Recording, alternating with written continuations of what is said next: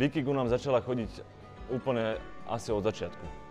To znamená už tých 10-11 mesiacov určite.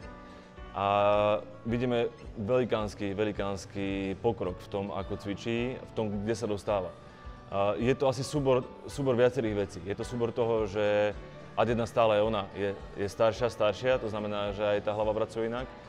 Veľmi jej pomáhajú aj doplnky, ktoré vlastne ona užíva. To je niečo, čo na nej vidíme, že je to oproti iným stavom, ktoré tu máme, tak ako je ona, tak je to velikánsky rozdiel a to je práve možno pomáha v tom cvičení. U nás, či už sú to vlastne v závesnom systéme alebo v klietke, keď cvičíme s ňou, tak stále viac reaguje, stále viac interaguje s trénerom a posúva sa neuveriteľným spôsobom dopredu a z toho sa strašne tešíme.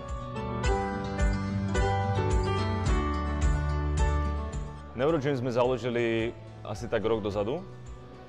Je to vlastne súbor všetkých súčastí rehabilitácií, ktoré som ja vyskúšal počas toho, keď sa mne stal úraz a chodil som po rôznych rehabilitáciách, tak kde všade niečo fungovalo, tak to sme sa snažili dať pod jednu strechu a doplniť to ešte o niečo unikátne, čo v podstate nikde nie je. To znamená, že síce to vyzerá ako gym, ako fitness, ale je to stále neurorehabilitácia. To znamená, že sú tu fyzioterapeuti, sú tu ľudia, ktorí sa tomu rozumejú a cvičíme úplne novým spôsobom. V podstate ten systém je niečo, čo na Slovensku a v Čechách asi nie je. Je to nejaké prepojenie, dajme tomu neurofyziotréning.